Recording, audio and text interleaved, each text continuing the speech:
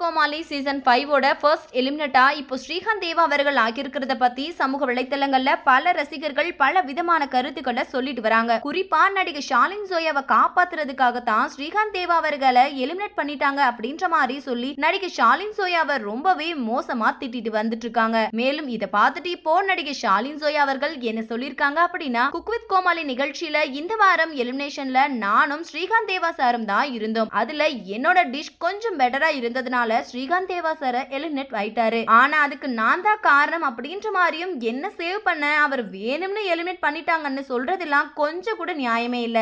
ஏற்கனவே என்னோட லாங்குவேஜ் ப்ராப்ளம்னால ரொம்ப மோசமா பேசிட்டு வரீங்க. இதுல இப்போ இந்த பழியையும் என்னால ஏத்துக்க முடியாது. அது மட்டும் இல்லாம இது முழுக்க முழுக்க ஜட்ஜஸ் எடுத்த முடிவு. அதுக்கு நான் எப்படி பொறுப்பாக முடியும்? ப்ளீஸ் யாரும் என்ன திட்டாதீங்க அப்படின்ற மாதிரி ரொம்பவே சோகமாவும் உருக்கமாவும் சொல்லி முடிச்சிருக்காங்க. ஒரு பக்கம் கண்டென்ட்டுக்காக தான் நடிகை ஷாலின் ஜோயாவை சேவ் பண்ணிட்டாங்கன்னு சொல்லும் போது இப்போ நடிகை ஷாலின் ஜோயா சொல்லி இருக்கிற இந்த விஷயம் சமூக வலைத்தளங்கள்ல வைரலா பரவிட்டு வருது. சோ இந்த வீடியோவை பார்த்துட்டு இருக்கிற நீங்க நடிகை ஷாலின் ஜோயா சொல்லி இருக்கிற இந்த விஷயத்தை பத்தியும் குக் வித் கோமாளி சீசன் 5 நிகழ்ச்சி எப்படி போகுது அப்படின்ற உங்களோட கருத்துக்களையும் கீழே உள்ள கமெண்ட் செக்ஷன்ல ஷேர் பண்ணுங்க. இந்த வீடியோ பிடிச்சிருந்தா லைக் பண்ணுங்க, ஷேர் பண்ணுங்க. மேலும் இது போன்ற பல செய்திகளை தெரிஞ்சுக்க நம்ம சேனலை மறக்காம சப்ஸ்கிரைப் பண்ணிக்கோங்க.